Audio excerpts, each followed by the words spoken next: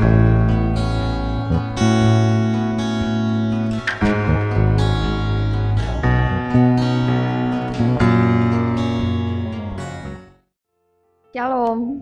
saudaraku yang dikasihi Tuhan. Hari ini kita ada di hari ke-75 dalam gerakan membaca Alkitab. Sebelum kita membaca Alkitab, mari berdoa.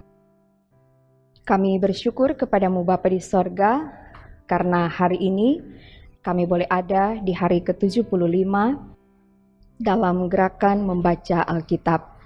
Tuntunlah kami dengan kuasa Roh Kudus, agar supaya hati dan pikiran kami benar-benar tertuju pada firman yang akan kami baca dan kami dengarkan. Berfirmanlah ya Tuhan, kami sedia untuk mendengarkannya. Di dalam nama Tuhan Yesus kami berdoa. Amin. Saudaraku yang dikasihi Tuhan, bacaan di hari ini dalam kitab 1 Raja-Raja pasal 5 sampai pasal 8. 1 Raja-Raja pasal 5 sampai pasal 8. Demikian bunyi firman Tuhan. Hiram Raja Tirus mengutus pegawai-pegawainya kepada Salomo karena didengarnya bahwa Salomo telah diurapi menjadi raja menggantikan ayahnya, sebab Hiram senantiasa bersahabat dengan Daud. Lalu Salomo mengutus orang kepada Hiram dengan pesan, "Engkau tahu bahwa Daud ayahku tidak dapat mendirikan sebuah rumah bagi nama Tuhan Allahnya, oleh karena musuh-musuhnya memerangi dia dari segala jurusan, sampai Tuhan menyerahkan mereka ke bawah telapak kakinya. Tetapi sekarang Tuhan Allahku telah mengaruniakan keamanan kepadaku di mana-mana. Tidak ada lagi lawan dan tidak ada lagi malapetaka menimpa. Dan ketahuilah, aku berpikir-pikir hendak mendirikan sebuah rumah bagi nama Tuhan Allahku, seperti yang dijanjikan Tuhan kepada Daud ayahku demikian. Anakmu yang hendak kududukkan nanti di atas tahtamu menggantikan engkau, dialah yang akan mendirikan rumah itu bagi namaku. Oleh sebab itu perintahkanlah orang menebang bagiku pohon-pohon aras dari gunung Libanon, dan biarlah hamba-hambaku membantu hamba-hambamu, dan upah hamba-hambamu akan kubayar kepadamu seberapa juga kau minta. Sebab engkau tahu bahwa di antara kami tidak ada seorang pun yang pandai menebang pohon sama seperti orang Sidon." Maka segera sesudah Hiram mendengar pesan dari Salomo itu, ia sangat bersukacita serta berkata, "Terpujilah Tuhan pada hari ini, karena ia telah memberikan kepada Daud seorang anak yang bijaksana untuk mengepalai bangsa yang besar ini." Lalu Hiram mengutus orang kepada Salomo mengatakan, "Aku telah mendengar pesan yang kau suruh sampaikan kepadaku tentang kayu aras dan kayu sanobar. Aku akan melakukan segala yang kau kehendaki. Hamba-hambaku akan membawanya turun dari gunung Libanon ke laut, dan aku akan mengikatnya menjadi rakit-rakit di laut untuk dibawa sampai ke tempat yang akan kau tunjukkan kepadaku.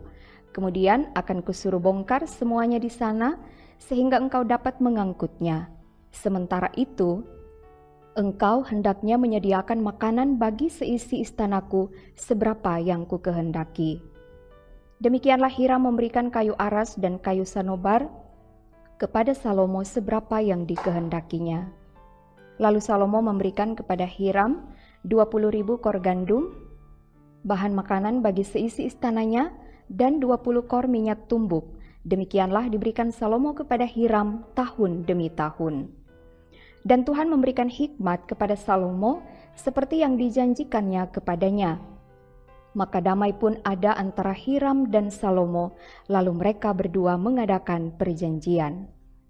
Raja Salomo mengerahkan orang Rodi dari antara seluruh Israel, maka orang Rodi itu ada 30.000 orang.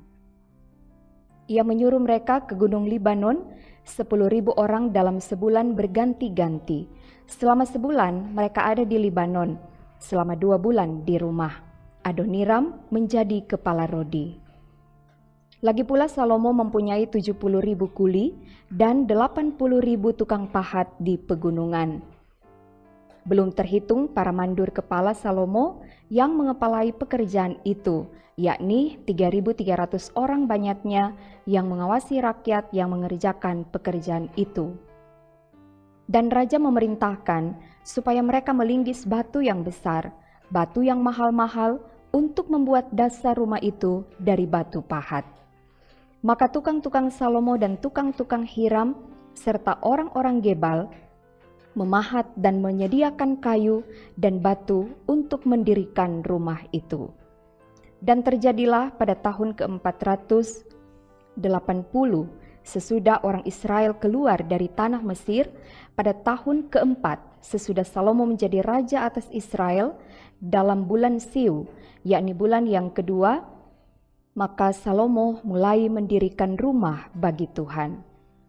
Rumah yang didirikan Raja Salomo bagi Tuhan itu 60 hasta panjangnya dan 20 hasta lebarnya dan 30 hasta tingginya.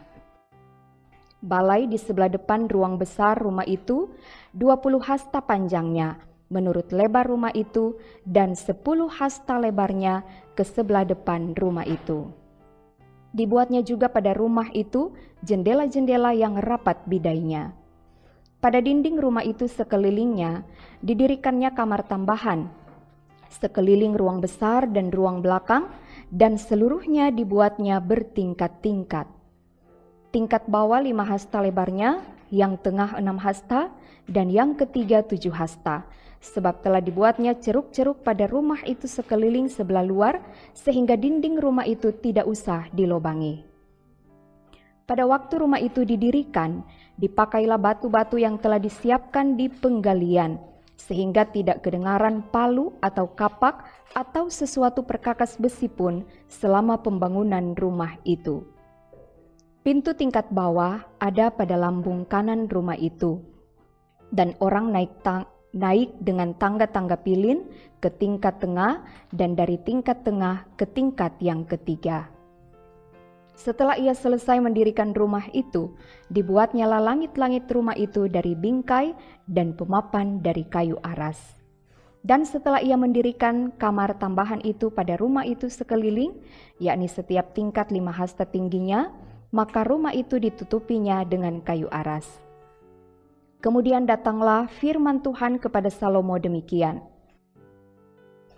Mengenai rumah yang sedang kau dirikan ini, jika engkau hidup menurut segala ketetapanku dan melakukan segala peraturanku dan tetap mengikuti segala perintahku dan tidak menyimpang daripadanya, maka aku akan menepati janjiku kepadamu yang telah kufirmankan kepada Daud ayahmu, yakni bahwa aku akan diam di tengah-tengah orang Israel dan tidak hendak meninggalkan umatku Israel.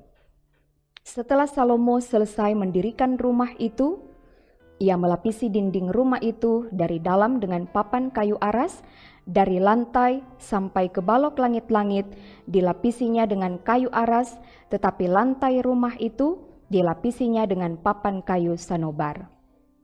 Kemudian disekatnyalah 20 hasta bagian belakang rumah itu dengan papan kayu aras, dari lantai sampai ke balok-balok, lalu dibuatnyalah ruang itu menjadi ruang belakang, menjadi tempat maha kudus. Dan 40 hasta panjangnya ruang yang di depan ruang belakang itu, yakni ruang besar. Kayu aras sebelah dalam rumah itu berukirkan buah labu dan bunga mengembang. Semuanya ditutupi kayu aras, tidak ada batu kelihatan. Demikianlah dilengkapinya ruang belakang di dalam rumah itu, di sebelah dalam sekali, supaya di sana ditaruh tabut perjanjian Tuhan. Ruang belakang itu 20 hasta panjangnya dan 20 hasta lebarnya dan 20 hasta tingginya.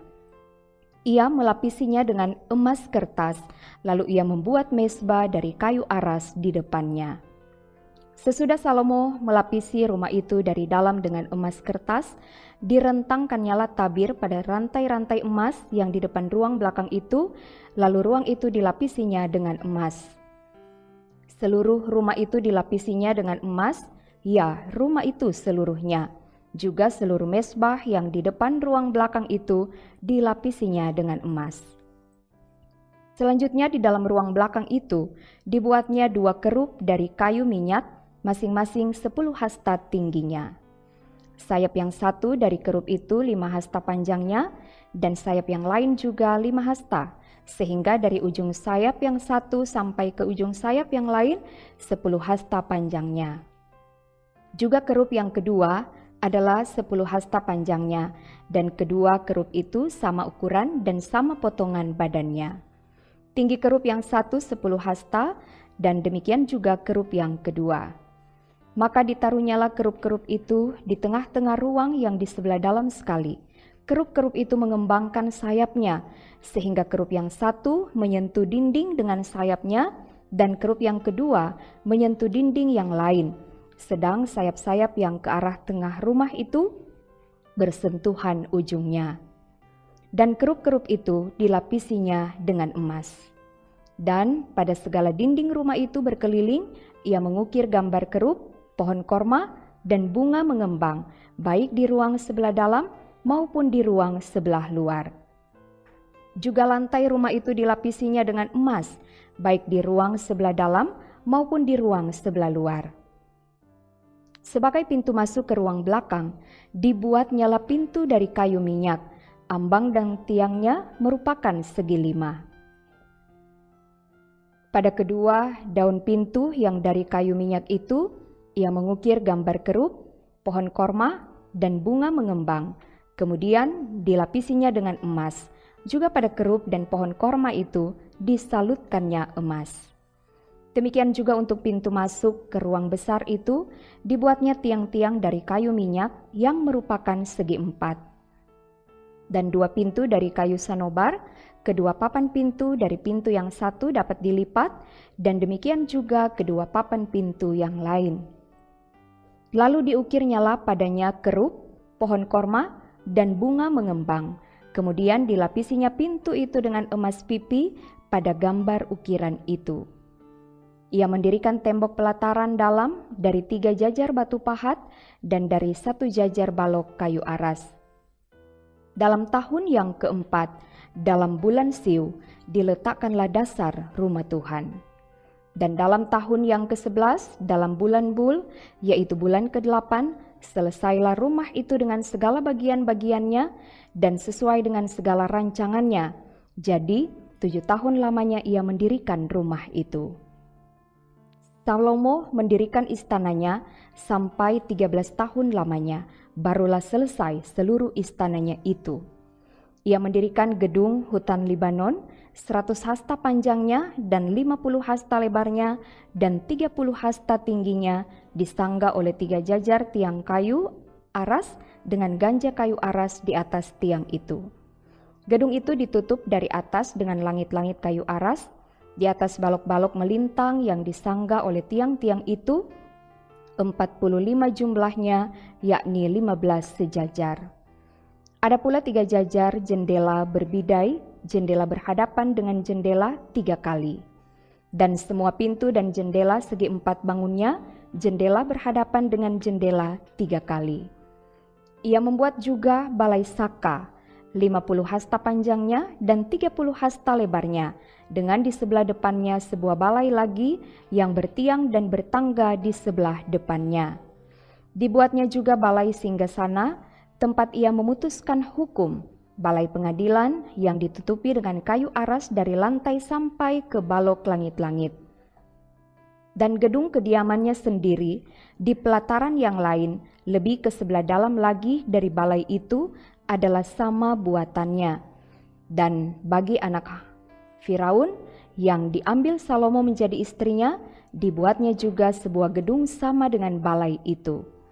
Tembok dari semuanya ini dibuat dari batu yang mahal-mahal, yang sesuai dengan ukuran batu pahat digergaji dengan gergaji dari sebelah dalam dan dari sebelah luar, dari dasar sampai ke atas, dan juga dari tembok luar sampai kepada tembok pelataran besar.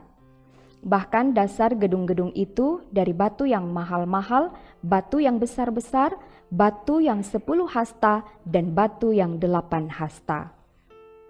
Di bagian atas ada batu yang mahal-mahal, berukuran batu pahat dan kayu aras juga. Sekeliling pelataran besar ada tembok dari 3 jajar batu pahat dan 1 jajar balok kayu aras. Demikian juga sekeliling pelataran dalam rumah Tuhan dan balainya. Kemudian Raja Salomo menyuruh orang menjemput Hiram dari Tirus. Dia adalah anak seorang janda dari suku Naftali, sedang ayahnya orang Tirus, tukang tembaga. Ia penuh dengan keahlian, pengertian, dan pengetahuan untuk melakukan segala pekerjaan tembaga. Ia datang kepada Raja Salomo, lalu melakukan segala pekerjaan itu bagi raja. Ia membentuk 2 tiang tembaga, tinggi tiang yang satu 18 hasta dan dapat dililit oleh tali yang 12 hasta panjangnya. Tiang yang kedua demikian juga. Dibuatnya juga 2 ganja untuk ditaruh di kepala tiang-tiang itu dari tembaga tuangan. Tinggi ganja yang satu 5 hasta dan tinggi ganja yang kedua 5 hasta. Dibuatnya pula 2 jala-jala untuk ganja yang ada di kepala tiang itu. Jala-jala itu semacam kawat berpilin, semacam untayan rantai. 1 jala-jala untuk ganja yang satu dan 1 jala-jala untuk ganja yang kedua.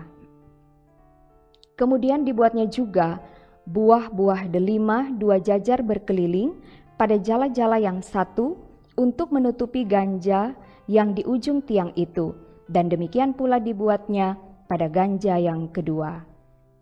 Dan ganja yang di kepala tiang dekat balai depan itu berbentuk bunga bakung, tingginya 4 hasta, yakni ganja-ganja yang di atas kedua tiang itu di sebelah atas sekali, lewat jala-jala yang melilit perut ganja itu, dan buah-buah delima ada 200 berjajar berkeliling pada ganja yang satu, demikian juga pada yang kedua.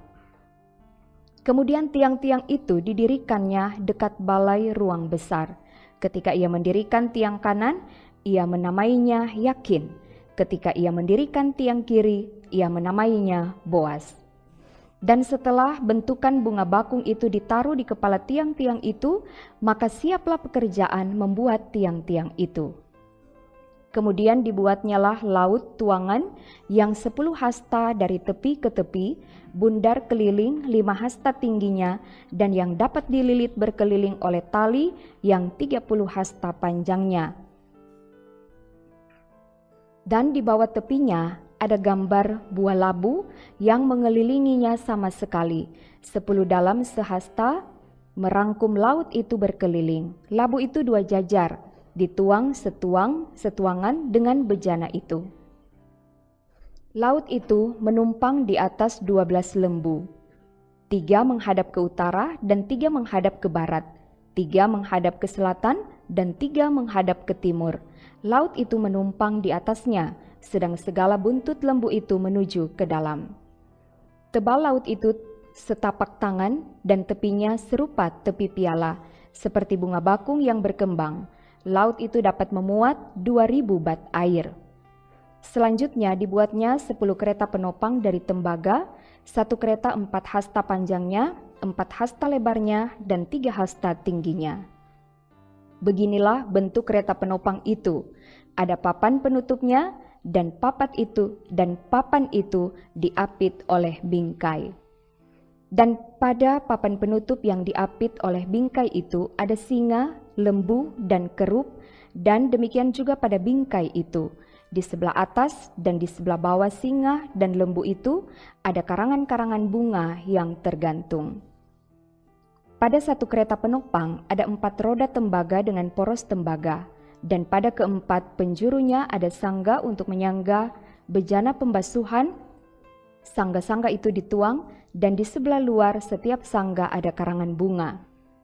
Dan mulut kereta penopang itu ada di sebelah dalam sangga-sangga itu, menonjol ke atas 1 hasta, mulutnya itu bundar, buatannya sebagai tumpuan, dan dalamnya 1,5 hasta, juga pada mulutnya itu ada ukiran, tetapi papan-papan penutupnya 4 persegi, jadi tidak bundar. Keempat roda itu ada di bawah papan penutup, dan tangan-tangan roda itu ada pada kereta penopang itu, dan tinggi 1 roda ialah 1,5 hasta. Dan buatan roda itu seperti buatan roda kereta, tetapi tangan-tangannya, lingkarnya, jari-jarinya, dan napnya semuanya tuangan. Keempat sangga pada keempat sudut setiap kereta penopang adalah seiras dengan kereta itu. Dan di sebelah atas kereta penopang itu ada leher bundar berkeliling. Setengah hasta tingginya, di sebelah atas kereta itu ada pula topang-topang dan papan penutup yang seiras dengan dia. Maka pada muka topang-topangnya itu dan pada papan-papan penutupnya diukirkannyalah kerub, singa, dan pohon korma, masing-masing menurut tempat yang ada dan karangan bunga sekeliling. Demikianlah dikerjakannya ke-10 kereta penopang itu. Tuangannya sama, ukurannya sama, dan potongannya sama semuanya. Lagi pula dibuatnya 10 bejana pembasuhan dari tembaga.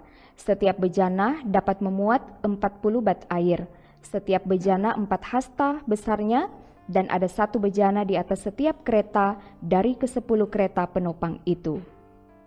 5 kereta penopang ditaruhnya pada sisi kanan rumah itu dan 5 pada sisi kirinya, tetapi laut itu ditaruhnya pada sisi kanan rumah itu arah tenggara. Dan Hiram membuat juga kuali-kuali, penyodok-penyodok, dan bokor-bokor penyiraman. Demikianlah Hiram menyelesaikan segala pekerjaan yang harus dilakukannya bagi Raja Salomo di rumah Tuhan, yakni kedua tiang dengan kedua bulatan ganja yang di kepala tiang itu, dan kedua jala-jala yang menutup kedua bulatan ganja itu. Ke-400 buah delima untuk kedua jala-jala itu, 2 jajar buah delima untuk 1 jala-jala, guna menutupi kedua bulatan ganja yang di atas tiang itu. Ke-10 kereta penopang dan ke-10 bejana pembasuhan yang di atas kereta itu. Laut yang 1 itu dan ke-12 lembu yang di bawah laut itu. Kuali-kuali, penyodok-penyodok, dan bokor-bokor penyiraman, segala perlengkapan yang dibuat Hiram bagi Raja Salomo di rumah Tuhan itu adalah dari tembaga yang diupam. Raja menuang semuanya itu di lembah Yordan di dalam tanah liat antara Sukot dan Sartan. Dan Salomo membiarkan segala perlengkapan itu tidak ditimbang karena jumlahnya yang amat besar. Berat tembaga itu tidaklah terhitung. Salomo membuat juga segala perlengkapan yang ada di rumah Tuhan, yakni mezbah emas dan meja emas tempat menaruh roti sajian. Kandil-kandil dari emas murni, 5 di sebelah kanan dan 5 di sebelah kiri. Di depan ruang belakang kembang-kembangnya, lampu-lampunya, dan sepit-sepitnya dari emas. Pasu-pasunya, pisau-pisaunya, bokor-bokor penyiramannya, cawan-cawannya, dan perbaraan-perbaraannya dari emas murni.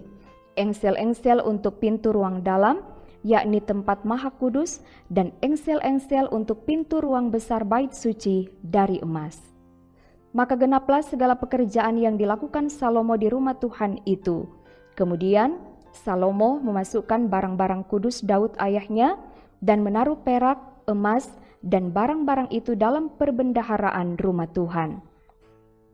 Pada waktu itu Raja Salomo menyuruh para tua-tua Israel dan semua kepala suku, yakni para pemimpin puak orang Israel, berkumpul di hadapannya di Yerusalem untuk mengangkut tabut perjanjian Tuhan dari kota Daud, yaitu Sion. Maka pada hari raya di bulan Etanim, yakni bulan ke-7, berkumpullah di hadapan Raja Salomo semua orang Israel. Setelah semua tua-tua Israel datang, maka imam-imam mengangkat tabut itu. Mereka mengangkut tabut Tuhan dan kemah pertemuan dan segala barang kudus yang ada dalam kemah itu. Semuanya itu diangkut oleh imam-imam dan orang-orang Lewi. Tetapi Raja Salomo dan segenap umat Israel yang sudah berkumpul di hadapannya berdiri bersama-sama dengan dia di depan tabut itu dan mempersembahkan kambing domba dan lembu sapi yang tidak terhitung dan tidak terbilang banyaknya. Kemudian imam-imam membawa tabut perjanjian Tuhan itu ke tempatnya di ruang belakang rumah itu, di tempat maha kudus, tepat di bawah sayap kerub-kerub. sebab kerup-kerup itu mengembangkan kedua sayapnya di atas tempat tabut itu, sehingga kerup-kerup itu menudungi tabut serta kayu-kayu pengusungnya dari atas. Kayu-kayu pengusung itu demikian panjangnya, sehingga ujungnya kelihatan dari tempat kudus yang di depan ruang belakang itu, tetapi tidak kelihatan dari luar, dan disitulah tempatnya sampai hari ini.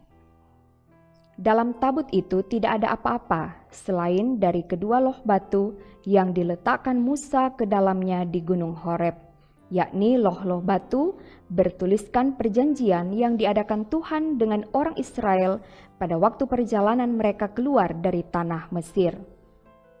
Ketika imam-imam keluar dari tempat kudus, datanglah awan memenuhi rumah Tuhan, sehingga imam-imam tidak tahan berdiri untuk menyelenggarakan kebaktian oleh karena awan itu, sebab kemuliaan Tuhan memenuhi rumah Tuhan.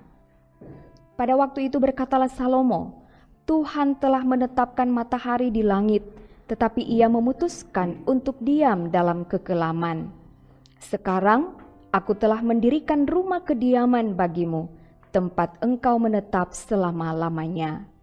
Kemudian berpalinglah raja lalu memberkati seluruh jemaah Israel, sedang segenap jemaah Israel berdiri. Ia berkata, terpujilah Tuhan Allah Israel yang telah menyelesaikan dengan tangannya apa yang difirmankannya dengan mulutnya kepada Daud ayahku demikian. Sejak aku membawa umatku Israel keluar dari Mesir, tidak ada kota yang kupilih di antara segala suku Israel untuk mendirikan rumah di sana sebagai tempat kediaman namaku. Tetapi aku telah memilih Daud untuk berkuasa atas umatku Israel.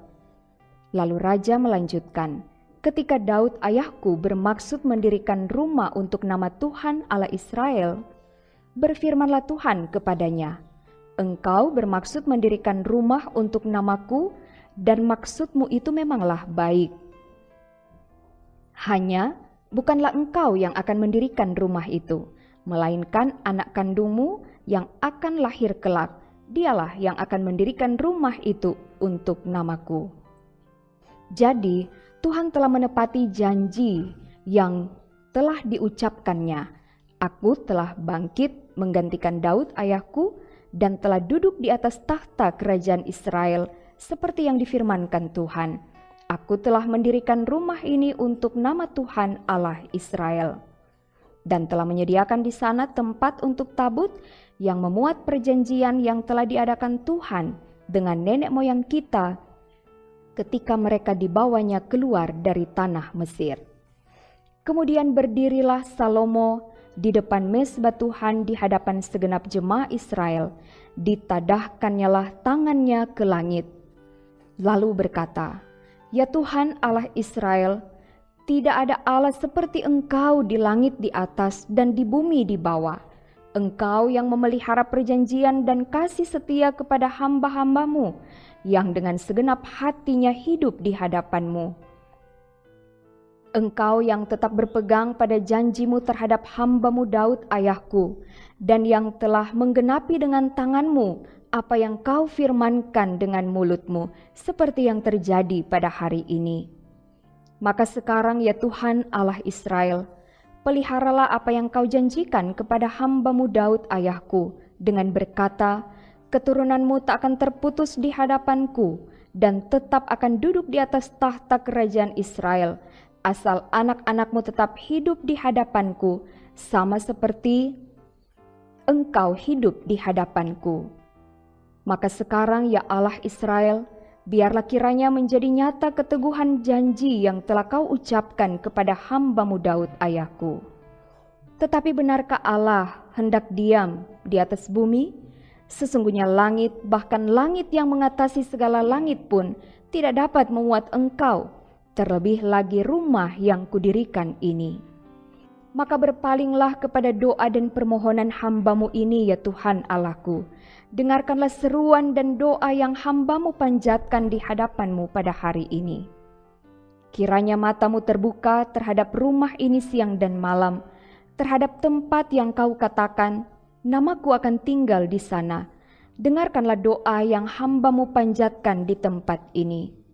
Dan dengarkanlah permohonan hamba-Mu dan umat-Mu Israel yang mereka panjatkan di tempat ini, bahwa Engkau juga yang mendengarnya di tempat kediaman-Mu di sorga, dan apabila Engkau mendengarnya, maka Engkau akan mengampuni.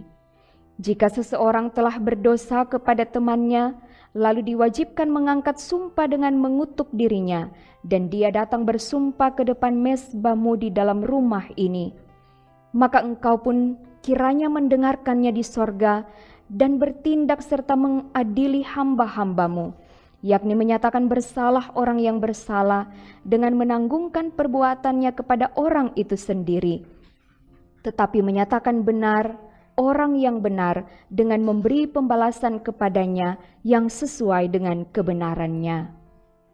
Apabila umat-Mu Israel terpukul kalah oleh musuhnya karena mereka berdosa kepadamu, kemudian mereka berbalik kepadamu dan mengakui nama-Mu, dan mereka berdoa dan memohon kepadamu di rumah ini, maka Engkau pun kiranya mendengarkannya di sorga dan mengampuni dosa umat-Mu Israel dan mengembalikan mereka ke tanah yang telah Kau berikan kepada nenek moyang mereka.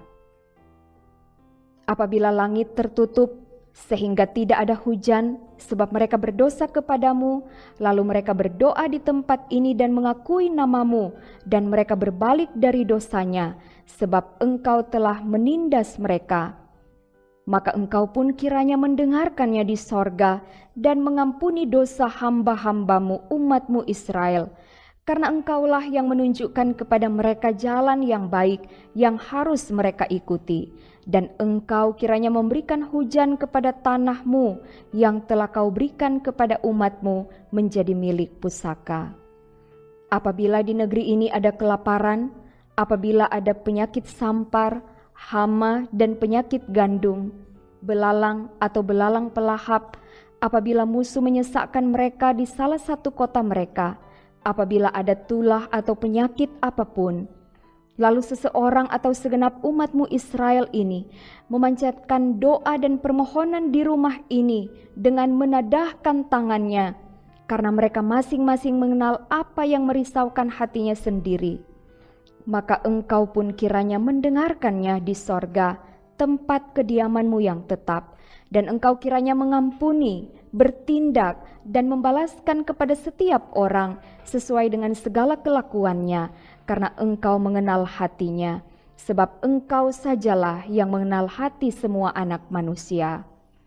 Supaya mereka takut akan Engkau selama mereka hidup di atas tanah yang telah Kau berikan kepada nenek moyang kami. Juga apabila seorang asing yang tidak termasuk umat-Mu Israel datang dari negeri jauh oleh karena nama-Mu, sebab orang akan mendengar tentang nama-Mu yang besar dan tentang tangan-Mu yang kuat dan lengan-Mu yang teracung, dan ia datang berdoa di rumah ini, maka Engkau pun kiranya mendengarkannya di sorga, tempat kediaman-Mu yang tetap, dan Engkau kiranya bertindak sesuai dengan segala yang diserukan kepadamu oleh orang asing itu, supaya segala bangsa di bumi mengenal nama-Mu, sehingga mereka takut akan Engkau sama seperti umat-Mu Israel, dan sehingga mereka tahu bahwa nama-Mu telah diserukan atas rumah yang telah Kudirikan ini. Apabila umat-Mu keluar untuk berperang melawan musuhnya, ke arah manapun Engkau menyuruh mereka, dan apabila mereka berdoa kepada Tuhan dengan berkiblat ke kota yang telah Kau pilih dan ke rumah yang telah Kudirikan bagi nama-Mu, maka Engkau kiranya mendengarkan di sorga doa dan permohonan mereka, dan Engkau kiranya memberikan keadilan kepada mereka. Apabila mereka berdosa kepadamu, karena tidak ada manusia yang tidak berdosa, dan Engkau murka kepada mereka dan menyerahkan mereka kepada musuh, sehingga mereka diangkut tertawan ke negeri musuh yang jauh atau yang dekat. Dan apabila mereka sadar kembali dalam hatinya di negeri tempat mereka tertawan, dan mereka berbalik dan memohon kepadamu di negeri orang-orang yang mengangkut mereka tertawan dengan berkata, kami telah berdosa, bersalah, dan berbuat fasik. Apabila mereka berbalik kepadamu dengan segenap hatinya dan dengan segenap jiwanya di negeri musuh yang mengangkut mereka tertawan, dan apabila mereka berdoa kepadamu dengan berkiblat ke negeri mereka yang telah kau berikan kepada nenek moyang mereka, ke kota yang telah kau pilih dan ke rumah yang telah kudirikan bagi namamu, maka engkau kiranya mendengarkan di sorga, tempat kediamanmu yang tetap, kepada doa dan permohonan mereka, dan engkau kiranya memberikan keadilan kepada mereka.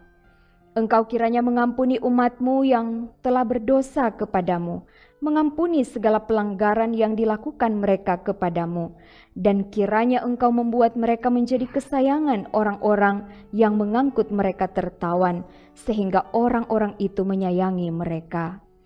Sebab mereka itu umatmu dan milik kepunyaanmu, yang telah kau bawa keluar dari Mesir, dari tengah-tengah dapur peleburan besi. Hendaklah matamu terbuka terhadap permohonan hambamu dan terhadap permohonan umatmu Israel, dan hendaklah engkau mendengarkan mereka seberapa kali mereka berseru kepadamu.